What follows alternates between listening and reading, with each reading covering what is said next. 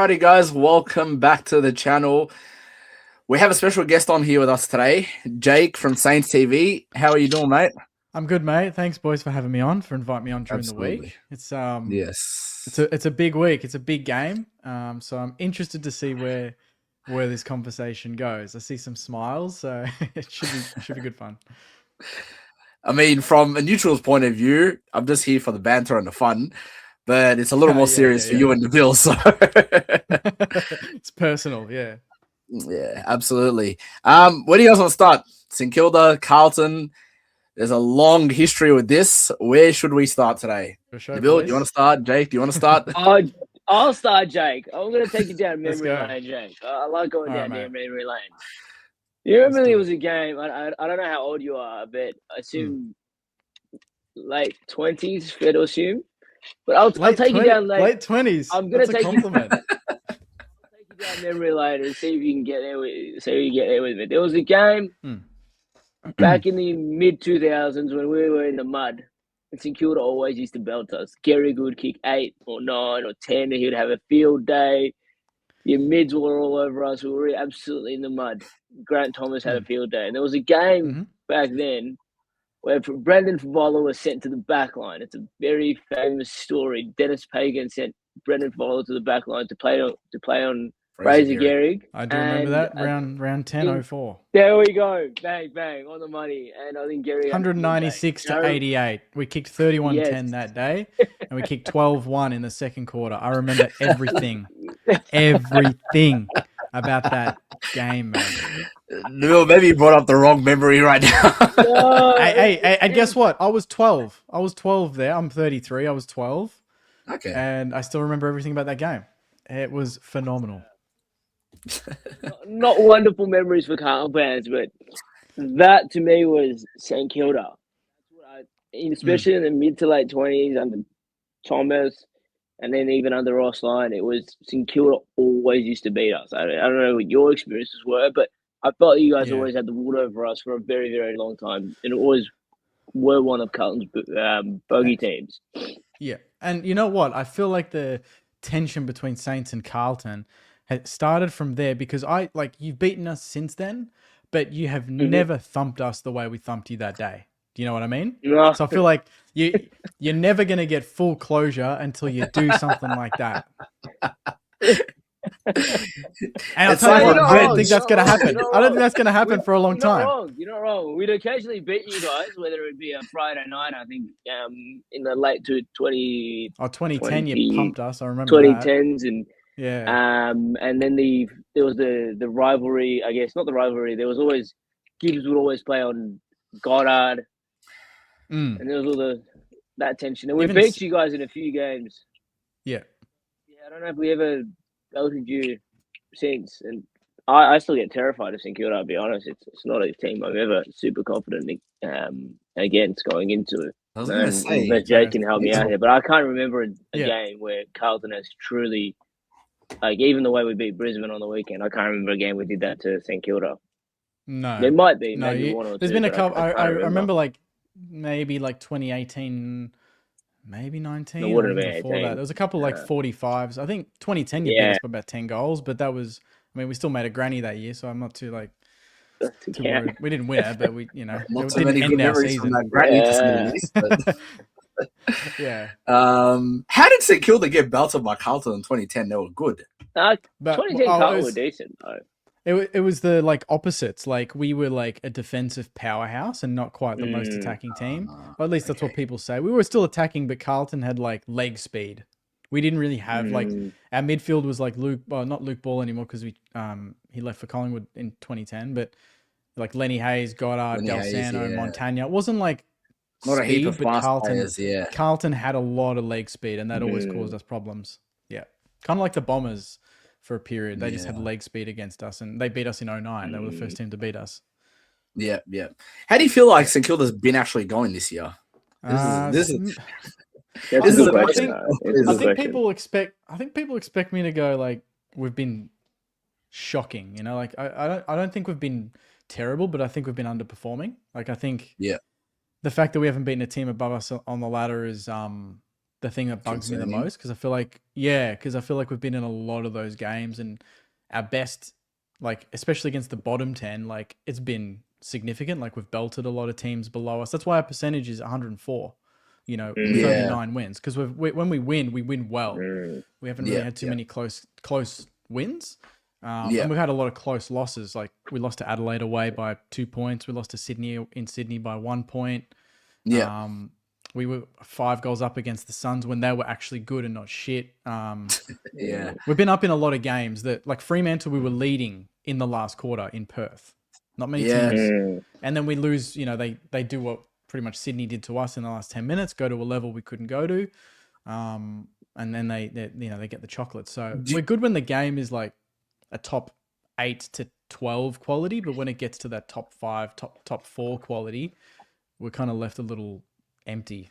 Do you think it's personnel, or do you think it's just the team's inability to kind of go into that next gear when they need to? I think it's a mix, but I do think it's experience as well. Like our midfield on the weekend was, at least in the last couple of weeks, average age of 21.4. Yep. The next best is Hawthorn at 23. Carlton's, funnily enough, was average age of 26.7. So very mature. Ours is Garcia, who's 20, Filippo, who's 20, Max Hall, who's 24, TDK, who's 24 or 5, 26. I'm missing a couple names. Darcy Wilson goes through there. So Winhager.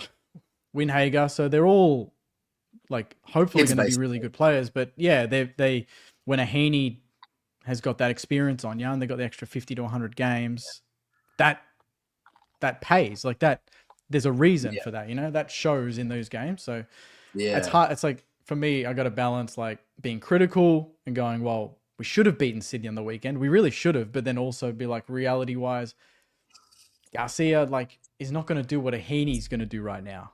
But maybe in another 50 games, or a Chad Warner or a Goulden, we had Boxall who's 19, 20, played less than 20 games, and he was on Heaney for a lot of the game. So when you look at it like that, you go, well, okay, am I absolutely surprised Heaney got off the chain eventually? Maybe not, but we've been in winnable positions in all of these games, and that's the frustrating part. Will you say as a Saints fan? Do you feel like it's a failure if you don't finish in the top 10 this season? Yes. After the recruits. Okay. I don't say after I'm never going to jump on that after the money spent. It is, even if we didn't spend it, I would still be critical. I would still think the list would have been good enough to finish in the top 10. But do you think with those recruits coming in now, it would, like, the expectations naturally would go up? Yeah. Right? The pressure goes up. Because everyone's like, you splash the cash, but do you splash the cash? Do you splash that cash just for 1 year? It's not like we got, like, say Collingwood get Lachie Neale next year. That is a top up for 1 season. We're getting Jay Sauce, who's got 5 seasons in him. We've got TDK, who's got 7 seasons in him, hopefully, if he stays fit. Flanders is young. Liam Ryan's probably the closest to that sort of a Lachie Neale match where I'm like, he's got maybe 1 or 2 good years in him, but we've got youngsters below him that can play that position. Campbell Lake is doing it now anyway. They're not there just for next year. We've signed them on to big deals because we expect to be moving forward in the next 5 years, So, but we're all impatient.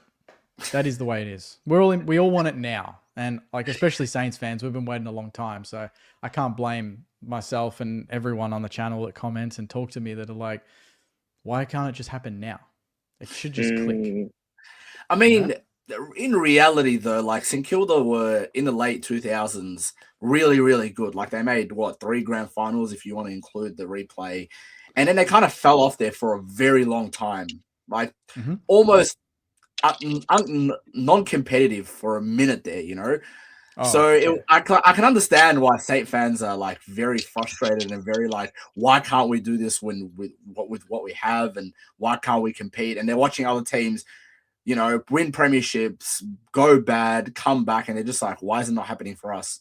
Yeah, I mean, probably 12 to 2016 was an interesting period, especially like 2013, 14. We were just average, and that was when like all the drafting happened. Scott Walters or Richardson? Scott Waters, and then Alan Richardson moved in. But that was like, we picking up Paddy McCartan and, you know, all the draft stories that you've heard, the draft failures, like that's when that happened.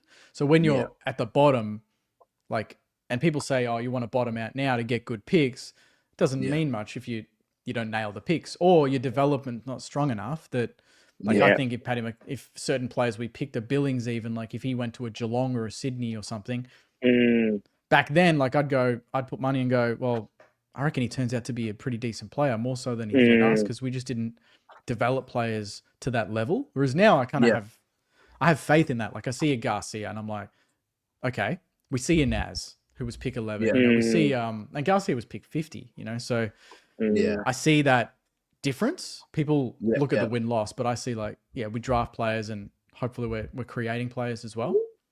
Yeah. I mean, if you look at the way, and I think obviously Max King has been a big talking point, and it's kind of almost giving shades of Paddy McCartney, obviously different injury, but high draft pick, highly talented, probably, I guess you can say, you know, the weight of the world on his shoulders, with the expectations at least. Do you think it's kind of looking like that Paddy McCartney situation now?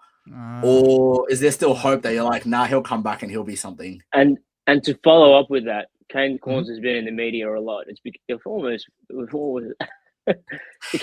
has been in the media a lot, and he's sort of talking about trade. Take your Saints jumper off for a moment here. Trade him, football person. Would I trade him? Yeah. Kane Corns has been talking about trading Max King, moving him on. It's not our take. It's Kane Corns' take. He said, look, he's been on a long-term year. Trade him, get a couple of first-rounders for him. Your thoughts? My thing is, if we're trading him and we're getting first-rounders, he must be a decent player if he's on the park, so why would you trade him? Look, Corns is pretty simple, really. You're telling me we're trading a player that's worth that in the long run, and he's still, you know, he's 26, so he's got time. I know he's frustrating the hell out of us, but if we're going to trade him and he's in that regard, well, clearly he must be a decent footballer when he's on the park. It's just the issue is he's not on the park. And I'm sure the club have, like, you know, from what I heard, like his contract was heavily front ended, so these years now coming up, hopefully, like especially because we've got, you know, NAS and another host of players to re-sign in another couple of years. They've planned for that, you know. So I don't think what we've done with splashing the cash is going to affect it too much. And the long-term contract stuff is kind of old news. Like he's already 3 or 4 years into that big deal that he signed. So I think the money's probably dispersed a little bit more than what people know. And the Saints forward line, there's other concerns. Obviously, like I personally think I don't rate old. I think your forward line is there are concerns. Shambles, to say the least. We have kicked more points than Carlton this season and conceded less. But let's just move on. Pretty shit forward line when we've kicked more goals than you. What happens this weekend is what counts. Last time we had Michael Voss, it doesn't count. Game earlier. It was me basing this whole Carlton season on the fact that we had Michael Voss in the first half, so it doesn't count. That's it. It doesn't matter. It does not count. I'm sick of these Carlton supporters, man. I'm talking to Terry last night, and we did ladder predicting. We got to round 24 when the Blues play Freo. And I'm like, you can't tip against a team that's 20-2. And he's like, but we're 9-2 in the last 11. I go, they're 20-2, mate. It's the whole season here, 20-2, and you're going 9-2. I'm like, you know how I realized it's almost like these Carlton supporters are synchronized. We did the ladder predictor a couple of days ago as well. We got to round 24, and Nabil said the exact same thing to me. They're like, Freo's going to rest players. It's going to be easy. I'm just like, have you seen what Freo have been doing to teams? What do you mean we're going to beat them? Freo have got a qualifying final to worry about too later. That's my reason for them not resting players. But yeah, we'll see when it happens.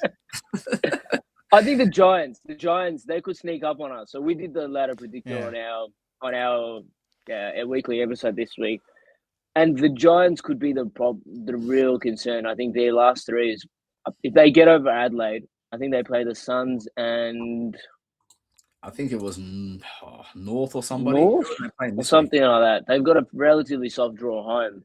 Suns, West Coast. Both have, West Coast. So the Giants might creep up on both of us and take that 10th spot. Yeah, well, we've got the easier draw out of the 2 of our teams. Yeah. So like we could lose, like depends on percentage, but like you'd have to beat us by a lot to gain that 7-8% in one game. But if we lose and and we win the last two, which is possible, Richmond and Suns in Melbourne, and you have Fremantle Bulldogs, we would still make the 10. I even like if the we lose dogs, on, but I don't want to lose on Sunday, obviously. Yeah. I think we were doing the math, and Carlton, even if they win all 3 of their games after this, if the Giants beat Adelaide, Carlton's out of the 10 anyway. Yeah. So you guys have on the Giants. Carlton almost have Mission Impossible in front of them right now. Yeah, but they'll give it a crack. Yeah, it's a free. Look, I know in Carlton, we might find a way to win. We might lose to Freo by a kick, and it'll be some torturous way we miss out on finals. I can see that happening. We play the Suns on the Thursday night before you play. So say we beat the Suns, get into 10th, but then you need to win, and all eyeballs will be on Carlton Freo. Then we'll lose by a kick after the siren or some shit. I've seen the movie too many times. If my season ends on watching Carlton Freo to see the result, to decide whether I'm gonna be happy or miserable, mate, I won't be able to watch that game. I've seen it. Was it last year or the year before? I think it was Jack Higgins knocked us out. Yeah, I was there. It was nuts. Yeah. I was FaceTiming the boys, and I was like, yes, we're winning. And then Higgins kicks a goal, and I'm just like, fuck. Yeah, and then Freo lost to Port, which basically made that whole thing less enjoyable for me, because I was like, I forgot about that. Upset win there. Are you confident if the Saints play in the wild card? Which of those teams would you want to take as a Saints man? Let's say the Saints finish 10th. None of them. Who would you want to finish 7th? None of them. None of them. Like if it, I would honestly, like, because we've been in every game apart from the Hawthorn game, and that was off a 4-day break, I think, coming back from Darwin or something. So that was a bit of a once-off.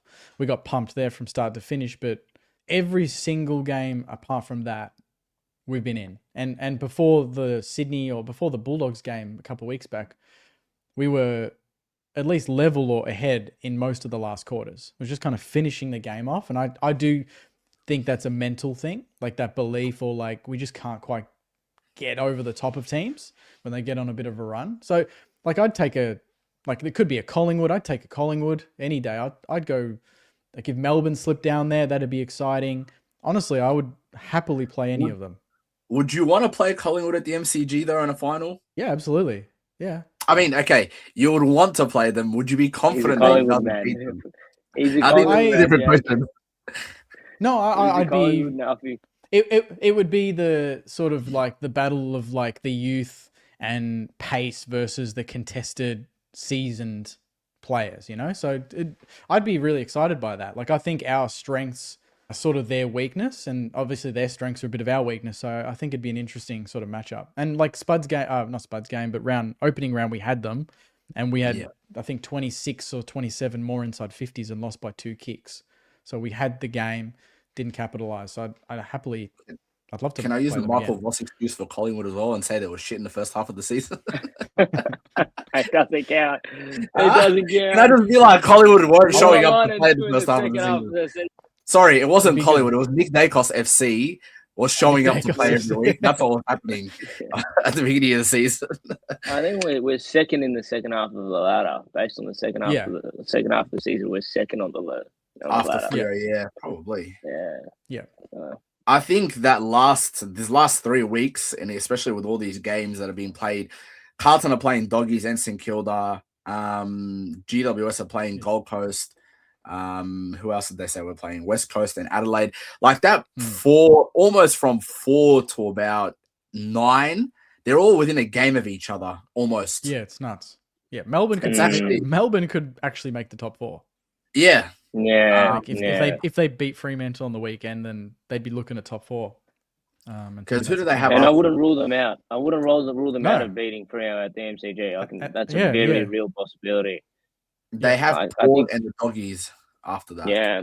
They could easily, they'd be up for all them. Yeah. And I think one of our friends said it as well. I think Freo is down to they might slip one more time before finals. whether it's this week or next week or the week after. And he's planting the seed already. They got to slip. I It's think just they'll a slip fact. once. It's a fact. They will slip up, whether it's and it will be in round 24. It could be this week. Could be next week. If it's not this week, Jake, it's going to be in 2 weeks. Yeah. Honestly, Brisbane slipped up last week. We called Brisbane that was a big late slip slip up. Can we be honest, bro? That wasn't a slip. Yeah, I was gonna say that was a faceplant, bro. Maybe Frio's got that too. I feel like even Brisbane, they've slipped up a couple of times this year. Let's be honest. The Giants game. Yeah, that was. Yeah, I think we were talking about almost riding Brisbane off at that point because we're just like, there's no way a team can get plastered like this, or have this much inconsistency. Because I think after the Carlton game earlier this year, they weren't that much of a threat, Brisbane. No. Nah, they got on a roll. And, like, I still believe in Brisbane, like, even despite the weekend. Their season, they got talent everywhere. I don't think they'll panic. I really don't think they'll panic after that result. No, yeah, and I think that's what we were saying after the fact as well. Is like, we don't think they will necessarily kind of turn into mud or like they won't turn into Gold Coast, basically. But, like, I think a lot of people had a lot of questions right about the time they lost that game to the Giants because they were just like, if Brisbane can get slapped like this, bro, like anybody's vulnerable at that point. I honestly think if I was like a Brisbane player after the last couple of years of the success they've had, it would be hard for me to get through like rounds 7 to 15, like the middle part of the season without thinking, can we just fast forward to September? Because that's what they love. That's what they're used to. Yeah. So like, I genuinely think there'd be some games where they're just like, you know what? We're going to make the top 6. We're going to play games at the Gabba. We'll win those games. We'll make the 4. I'm not saying they take Carlton easy, but I'm just saying I could imagine after the 2 years they've had that they'll have those games where they're just like, we're not going to win it, so let's put the Q in the rack. You know, their pressure was less than 100, I think, the pressure rating. Yeah. In the last quarter. Yeah, the Blues, I think it looked like they put the Q in the rack in that last quarter, and I think they put a couple of their players on ice too. They took out a couple of their players out of the game anyway. So I think you're spot on. I think they're probably thinking, let's get through it. They did it in 2024 from 8th spot, I think, was it? Or from 5th? From 5th. Which is out practically. From 5th, so from went 5th. all the way. So they went but all the way. They're almost kind of becoming, I want to say complacent, but you know how a couple of years ago we all like knew for a fact that if Collingwood ban a 3/4 time, no matter what happens, they're going to win that game because they were really good at the close finishes. Are we kind of taking that approach with Brisbane now as well, where we're all thinking just like, don't worry about Brisbane, whether they're losing 10 games straight at the beginning of the year, we'll see them on grand final day. They'll be fine. I still think they'll, I was saying to a mate the other day, I'm like, I'm not going to be surprised if in a month's time, I'm like, Brisbane are going for the 3-peat. They're going to play Fremantle on the granny. You know, I just don't.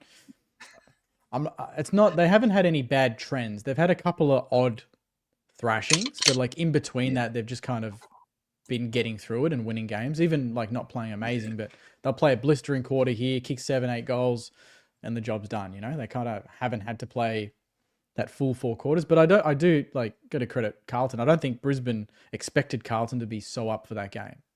And I think it caught them off. Yeah. I don't think Carlton expected us to be up. Oh, I mean, but the Carlton players and fans.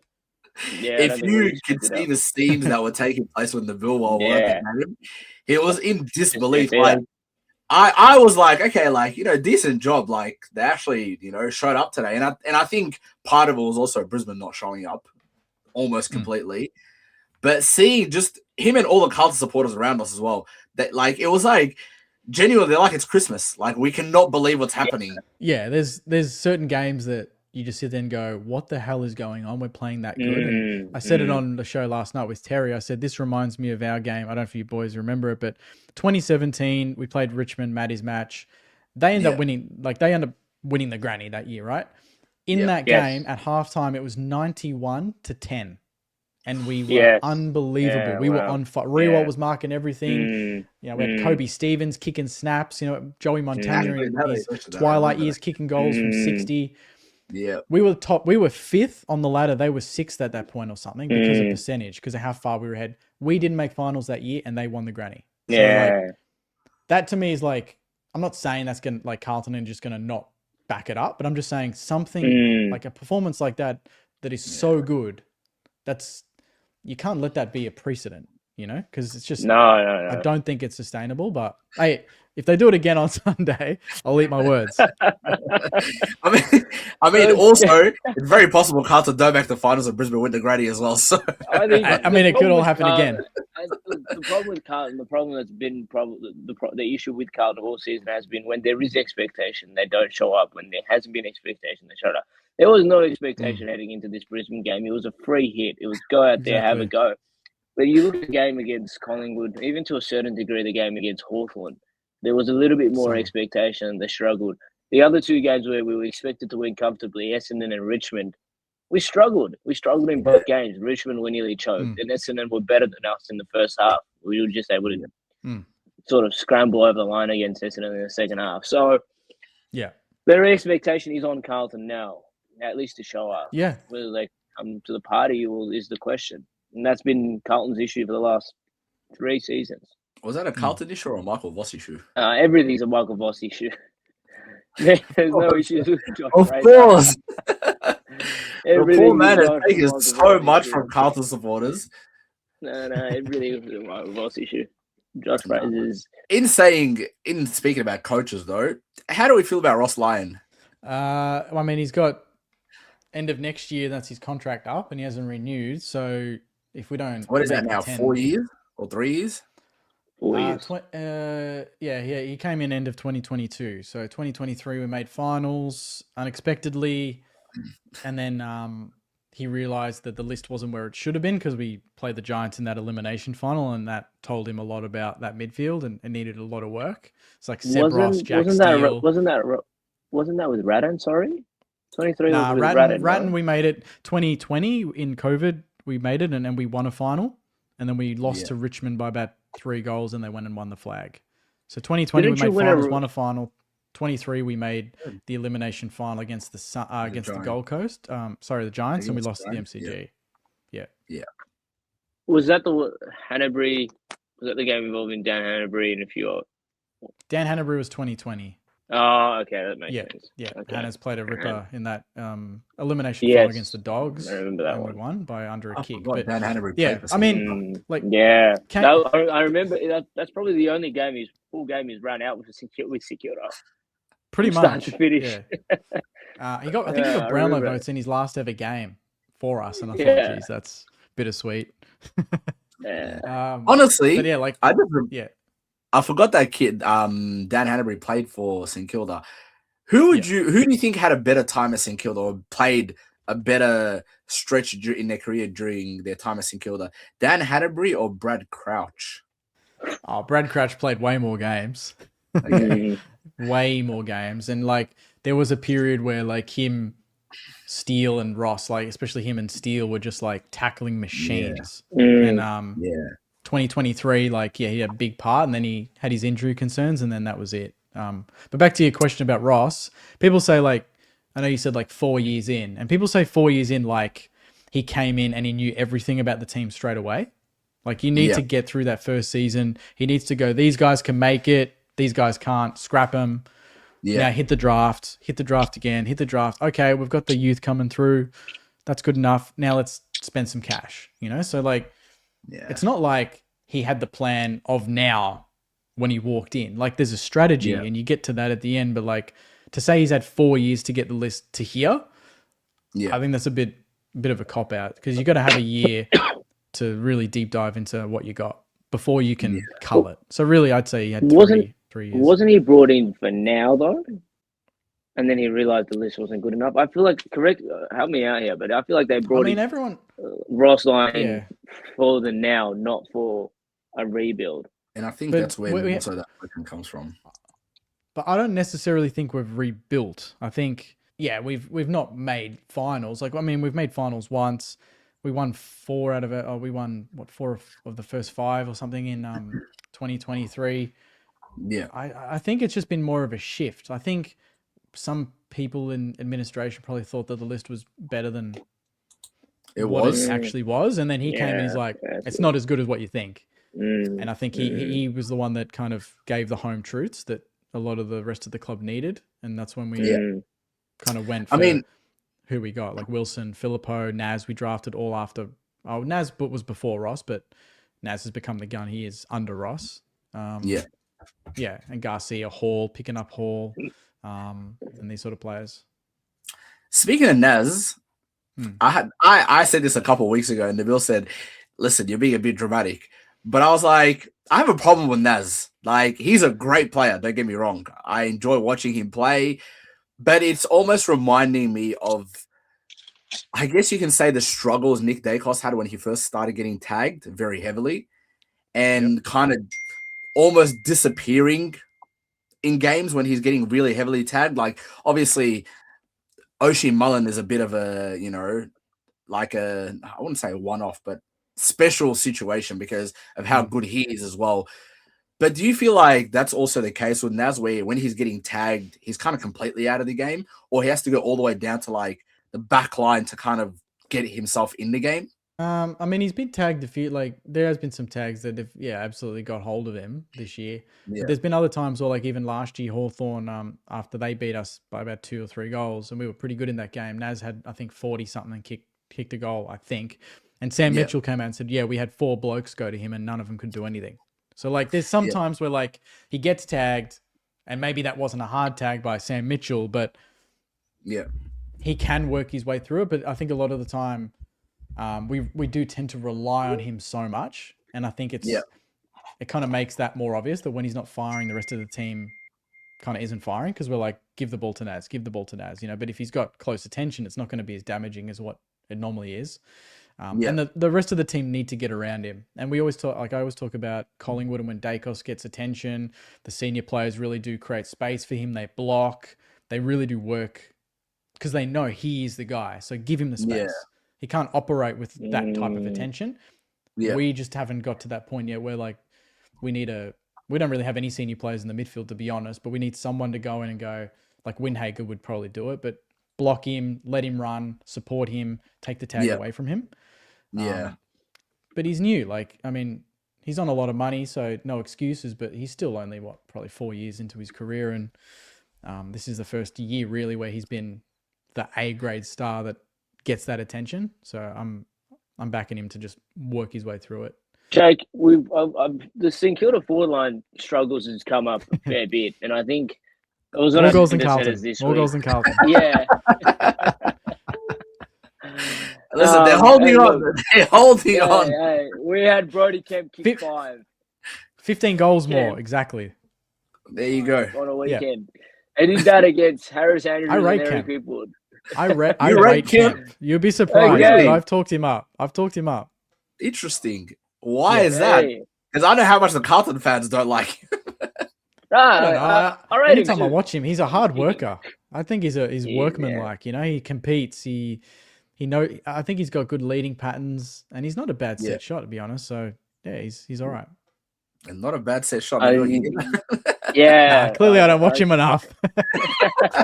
I was gonna say, if you've seen this guy take a set one shot, game where he didn't miss, but no, you are right. He does work hard. He does lead the ball. He does lead a lot. He does mark the ball in good areas. He just can't. Up until last weekend, his set shot, he struggled with his set shots. His set shot has been atrocious, to say the least.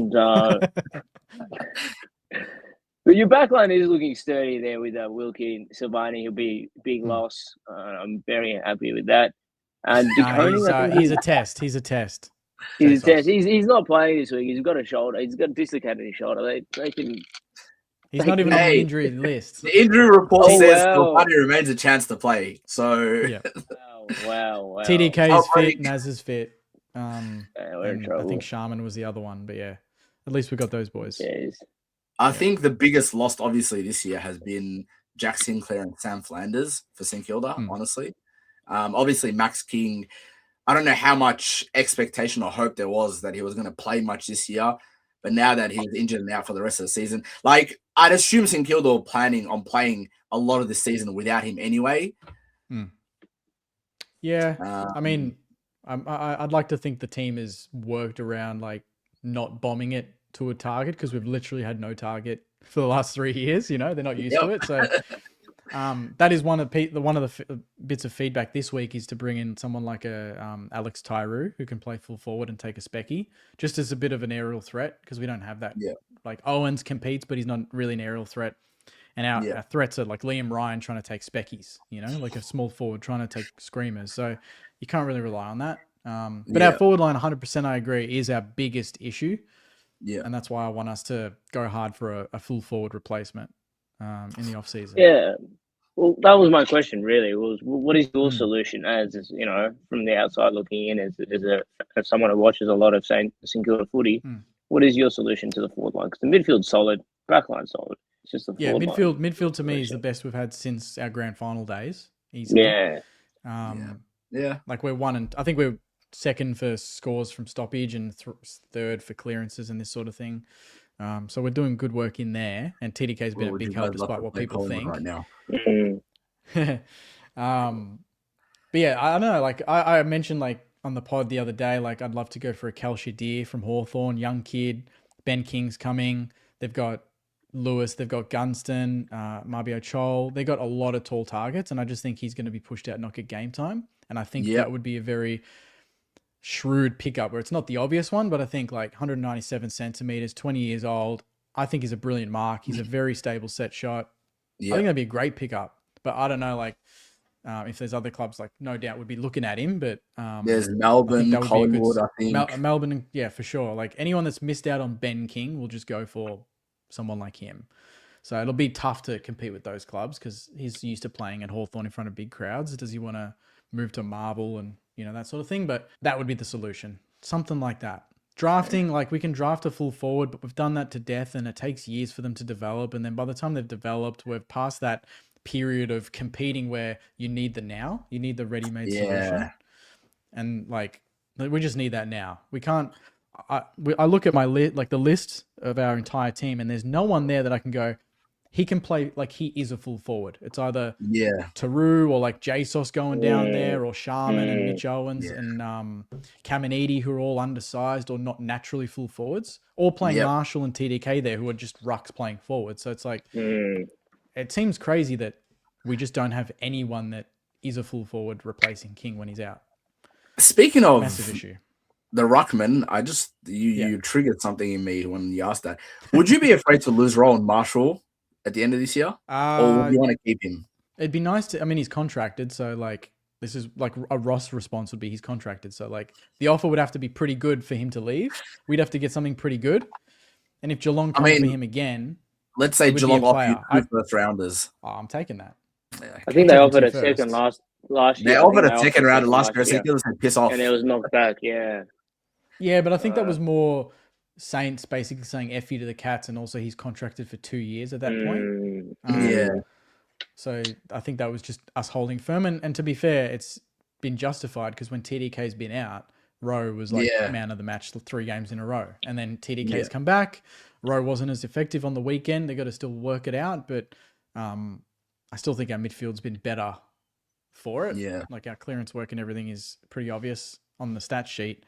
If we lose him this year, it'd be sad, but I'd imagine we'd get something pretty good back. And a lot of people think Sam de Koning would be a player we'd ask for. A key back from Geelong, who's young, come play with his brother. So I think Cats fans think that's a bit of a stretch, but that would be one. He's in and out of that Cat side, though.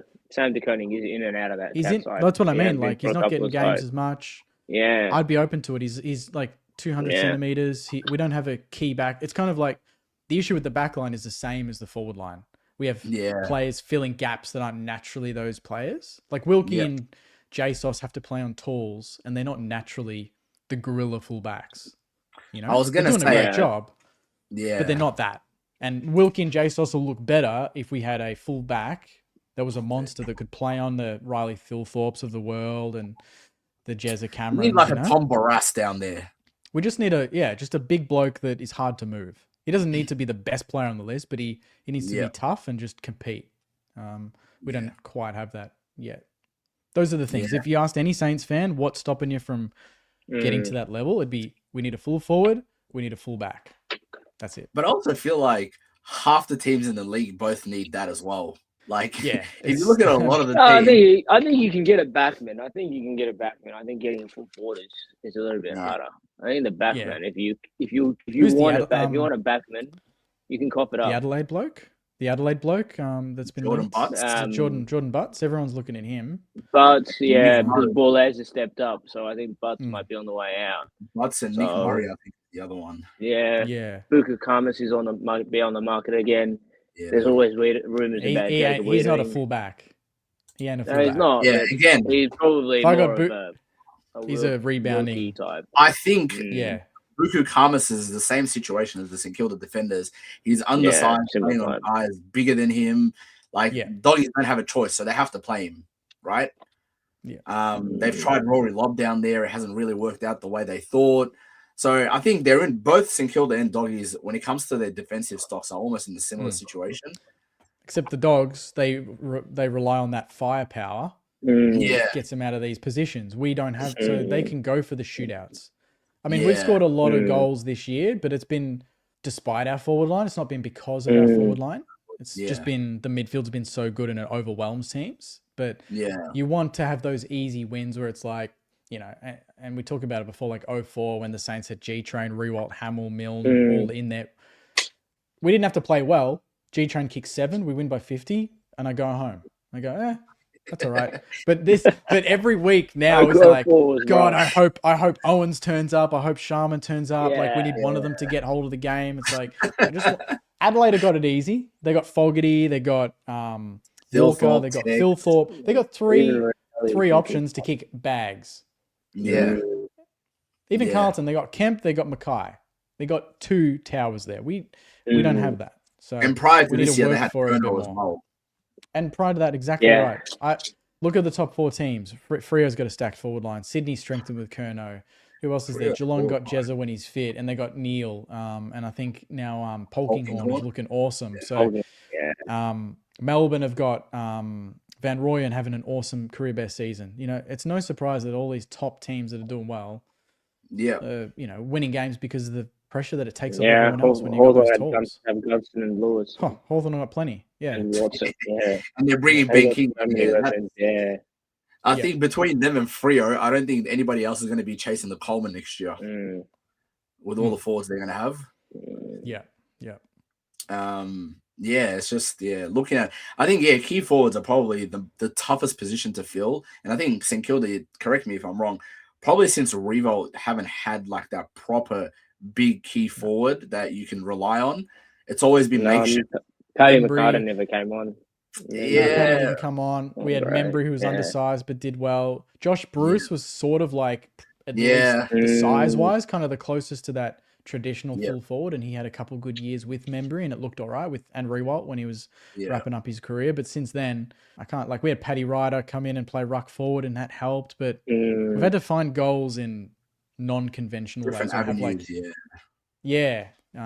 Which makes it especially when you're on top of games, like even against Sydney on the weekend, we were dominant in the third quarter and we lost the quarter by a point. And I just feel like if you got that Max King or a gun forward there, you probably nail a couple more chances and you stretch the margin beyond doubt. Yeah. We can't put teams to bed. And I tipped St Kilda on the weekend as well, hoping they would get over the line against Sydney. And when I saw the score at 3, halfway through the third quarter, I said, St Kilda got this, bro. Don't worry about it. And then when I opened it up in the fourth quarter, I said, what the hell happened the last 30 minutes? It wasn't even last 30, man. It was with 10 minutes to go. The injury happened. The City player broke his ankle. NAS came off at his hip. And Ross came down. We're 10 points up. Max Hall just kicked a goal, 10 points up, 10 minutes to go. And in a blink of an eye, we're 4 goals down. I couldn't believe it. Yeah, that was a special quarter by Heaney and some of the stars got a hold of Heaney. And the moment Sauce came off, Curnow got kick 2. It's the only time he showed his face. Only time. Absolutely. Can you imagine if St Kilda still had Paddy McCartney and Max King was injury free? Don't go there. Hey, listen, you can dream for free, but I'm just saying, imagine Paddy McCartney was still around and Max King wasn't injured. It would be handy. Well, we will never know. Yeah. Anyways, moving forward to this week's game. Yeah. We'll start with Sahib. Sahib, give us your tip for this week's game. Yeah, tell us how the game is going to play out, and then give us your tip. Assuming we have no injuries and everyone is actually playing. JSOS, TDK, NAS. Yeah, how's the game going to play out? Okay. Let me just look at this injury list real quick, and I'll tell you. And just go back to last time we played them, and base that was AI. That as well. That was AI. These Carlton supporters are not serious about life. They're still the same players, mate. They still live and breathe the same. Their names haven't changed. They're still the same players. Same arms and legs out, running out on that field.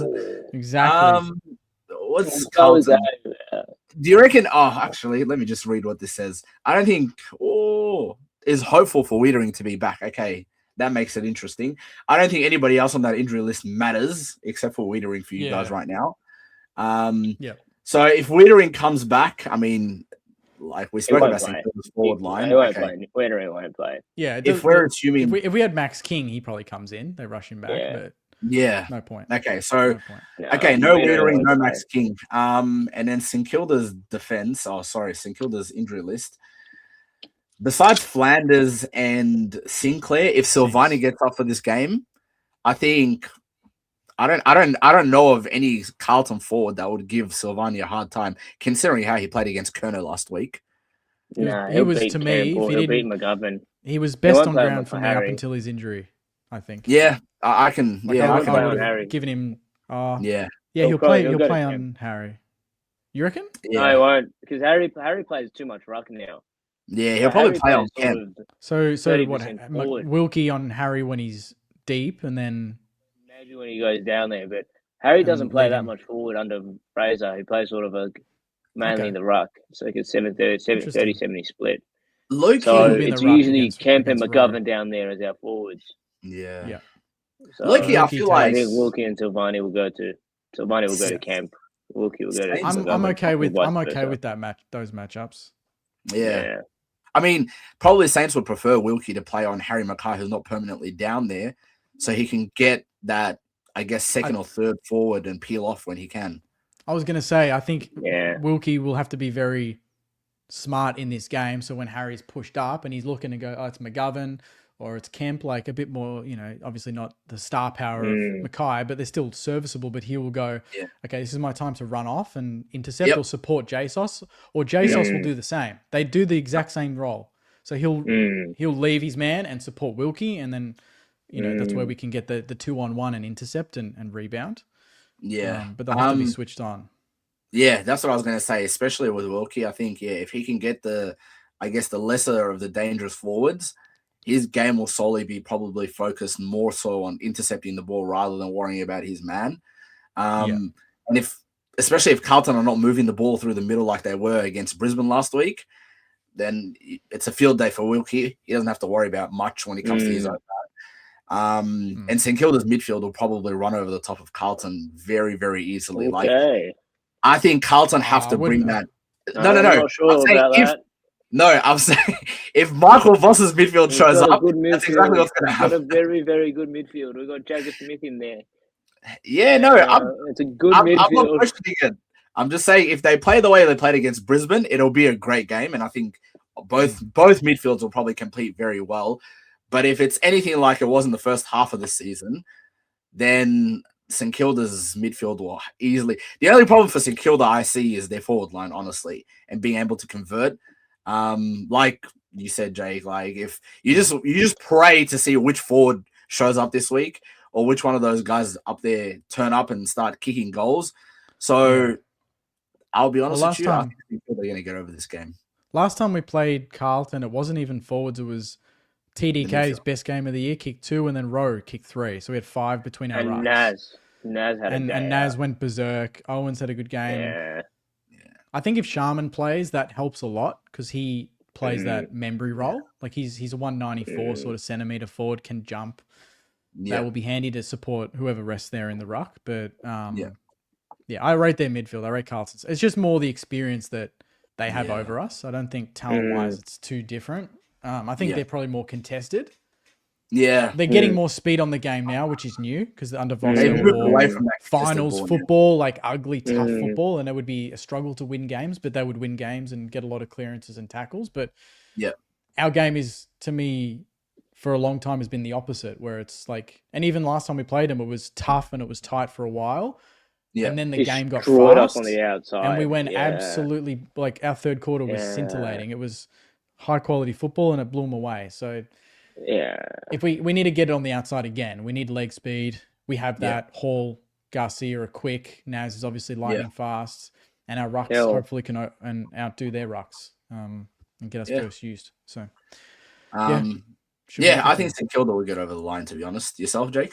I'm obviously going to tip the Saints, but I'm going to tip us by 10 points. I think it's going to be a close game. One of those games where, like, halfway through the last quarter, I don't think either fan base is going to be enjoying the game. They just want the result. It's just going to be painful. Like, we're going to miss a chance. They're going to capitalize. Crowd's going to, I just feel like it's going to be that ebb and flow type game. And, like, the fact that they did what they did to Brisbane is almost a good thing because that is a blueprint of their absolute best for us. So now we know that is the best they got. This is the way they played. It's not a surprise. Brisbane didn't see that coming because Carlton hadn't done that to anyone. Yeah. But now Brisbane are the homework for us, so we can review that game hopefully and go, well, this is the way. Obviously, Carlton used the corridor. They were really aggressive. We're going to slow the game down.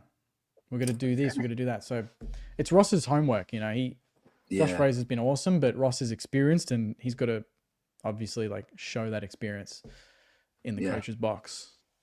Yeah, Nabil. Got a bag of tricks, Ross. I think.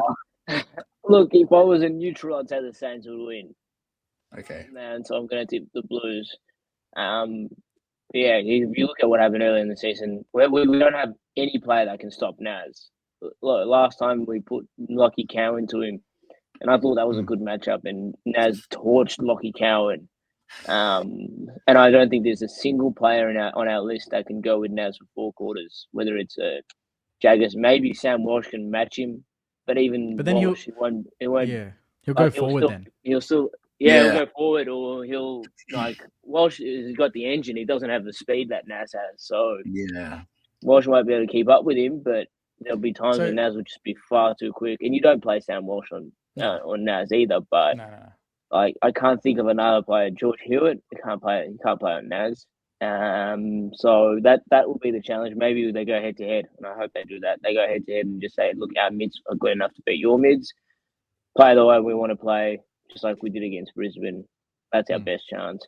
And I agree. I think it'll be single digits. Ugly. I don't know if it'll be an ugly game. It might even be a bit of a shootout, but I do think it'll be single digit score line. Yeah, both teams are kicking goals at the moment, so I can imagine it being a bit of a shootout. I think last time it was a bit of a shootout, wasn't it? Or at least it was a shootout for St Kilda. St Kilda shot the lights out of us, especially that once you got over. But it doesn't count. It was raining St Kilda goals. What's the centre? I want to know. Of the game faster. It's 3/4 time. I want to know the centre bounce matchups because you say your midfield's on fire, and I think our midfield's on fire. What are the matchups? So opening bounce, first bounce or first ball up of the game. It's going to be TDK in there, no doubt. It's going to be Naz. It's going to be Garcia, and it's going to be Hall. Naz, Garcia, and Hall, and TDK. That's going to be our 4 in there, for sure. So I would think it would be Cripps on Walsh. He would probably go to. I think Walsh on Hall. Walsh on Hall, Garcia on. And then Jagger goes to Naz. Maybe Garcia goes to Naz. Cripps. Yeah. I think they would want to put someone with a bit of speed on Naz, no? Well, Cripps always goes in first bounce, so you're not taking Cripps out of that lineup. Jagger's not slow, though, is he? No, Jagger's quick. Jagger can run. He's quick. He's got that sort of butterfly step. I think it might be okay for Naz. And then you'd hope Cripps uses his experience on a player like Hall and doesn't let him get on the outside and just makes him remain on the inside. But that's been our challenge all year is the outside, is turnover. So it'd be interesting nonetheless. I do agree. I do think it'd be single digits, but I'm excited. I hate St Kilda, Jake. No offense. It's a team because of since 04, since 2010? 04. Round 10? My memories as a kid has always been St Kilda destroy Carlton. So I don't have too many positive St Kilda memories. Like that's most teams against. That was my childhood as well. I remember many games from 04 to probably 09, 10 where we'd play Carlton, and it was probably one of the rare games, and I don't want to come across as arrogant, but one of the rare games where it was like, we will win this game. Yeah. But by how much? That's exactly like, you know what I mean? And we'd win, and some games we'd beat you, and it wouldn't be, I would be like, oh, are we going to do the 100-point again? We wouldn't do it. I'd be like, oh, that's disappointing. That's exactly how we felt. So, on the other side, though. But, payback time. Yeah. Hey, listen, hopefully we win this week. Not to rain on both of your parades, but it's been great watching Collingwood slap up both your teams at the same time for all these years. Opening round doesn't count. It's too long ago. Oh, here we go. Let's do it in a wild card. Huh? Hey, listen. Hey, admit it. We had the better of you in opening round for a lot of the game. Just to tell me that. I agree. But we also have Nick Dacos, which is a problem for a lot of people. It is. I do enjoy the windy Dacos build up every time we play you now. Even though Dacos, he beats him, but I do like that tension that those two have. In that tag superstar sort of way. It's exciting. Yeah. I think especially after last year, it got like built into the game. I think last year after all that niggling and all that pushing and shoving and all that happened, everybody was just like, all right, now it's every time St Kilda Collingwood play each other, there's a contest within the contest, which is the Winhager Dacos contest, which is great. But it's been opening round is AI as well. We'll just leave it at that. It's not a real round, man. That's friendly. Hey, listen, I hate the opening round. I'll be honest with you. I've been saying they need to abolish that shit for a long time. Like, I'm not a fan of opening round. Just go back to starting the year round one. Quit putting 7 weeks of buys in the middle of the season. We just want to watch footy. Yeah, simplify. Just get it back to Saturday Arvos on Channel 10, you know? That was before the game, you know, those shows. Yes. Yeah. That's it. Tool of the week. That's what we want. Before the game. Tool of the week. It was the best. They had Stephen Quartermain introducing Saturday night games. Yeah. Quartermain, Tim Lane, and Robert Walls. Hudson. You can't beat that. And Anthony Hudson. You couldn't beat that. And Anthony Hudson, Hutto, You could not some beat of the that most iconic calls in football. A couple of those guys. Yeah. But I think it should be an interesting game on the weekend. And obviously Spud's game. Quick mention. Yes. So yes. There's obviously that message. The AFLW before that at 4:30 as well, raising a lot of money. The club doing I think Spud's ride around Marvel again. I did that last year at the MCG with Terry. We did it for an hour, raised some money. Obviously mental health and absolutely. And Danny Frawley Centre and all the work they're doing there has been awesome. So absolutely. No, spot on. I think that they played this game last year as well. They played it at the G from memory. At the G, yeah. Money, so good turnout. We lost. Check it out. Hopefully not. That's all right. Repeats. Hopefully a repeat for our sake. I mean, I think Nabil said it earlier, but it's an 8-point game almost. Like, it's 4 points for the winner and 4 points being lost for the team that loses. So I wouldn't want to be Carlton or St Kilda enormous right now. It's to me since I've been doing YouTube since 2018, it's the biggest Saints Carlton game by a mile. It's the most significant Saints Carlton game since when? Like, when was the last time Saints Carlton had a game that had such? I think the 24 game where Jack Higgins kicked that winning goal. Because our season was done. We didn't make fun. We were 12th. That was just, if anything, Saints fans. I had Saints fans after that game get angry because it's like, Jake, we had a top 5 draft pick and then we just went up 2 spots on the ladder and we're gonna get top pick 9 now instead. They wanted to lose that game. Good point. Actually, I think it's the same thing they were saying to Richmond earlier last week or something, or this week when they beat West Coast. They're like, that was a stupid thing to do. I mean, obviously not that winning games of football is stupid, but like in terms of the draft repercussions. But you're right. St Kilda season was over. I forgot that there was no wildcard round 2 years ago. Fair enough. But it should be a good game. I think like you said, everybody that's not going for either one of these teams is tipping St Kilda to win. Listen, why? I mean, that surprises me when he said if you're a neutral, you tip the Saints. You go, but yeah. When you're a neutral, you would have tipped us. Yeah. I just think I don't trust Carlton simply. I mean, I take my Carlton hat off, which I rarely do, but because you said Voss stuff doesn't count. Yeah, I know, but when I sort of try and be objective about football, which honestly, Jake, this is a rare moment. It doesn't happen too often, but I genuinely don't rate our chances against the Saints. St Kilda always beat us. Our track record is. This is the trauma. I'm not buying very this. good. I'm not buying. This is the trauma. No, I'm dead set here. Look, this is the PTSD speaking. 99% of the time, my Carlton hat remains on. And I always believe in the football club, but I can attest to that. The amount of delusion that comes out of these Carlton supporters, I can attest to that. Believe me, this is very rare. 8 weeks ago, I reckon you can look on one of my podcasts, and some of us were like, "Yeah, we could do top 6, top 4." Yeah, there you go. Nah, we're a long way off. A good win, makes people say silly things. You know. I feel like. And you guys can have a go at me on both ends for this, but I feel like up until maybe a month ago, St Kilda are having a better season than Carlton. Yeah. Yeah, 100%. Yeah. Okay. Yeah. So it's just maybe the last 4 or 5 weeks are probably solidified. Well, Carlton up until our win against Brisbane, to be honest. Up until our win against Brisbane. You've beaten Geelong by that point. You beat the Dogs. And you've beaten Brisbane. That is 3 top 8 teams that we've played and not beaten. So I just think you got to look at from a Saints fan's perspective, you've beaten teams above you and they're quality teams.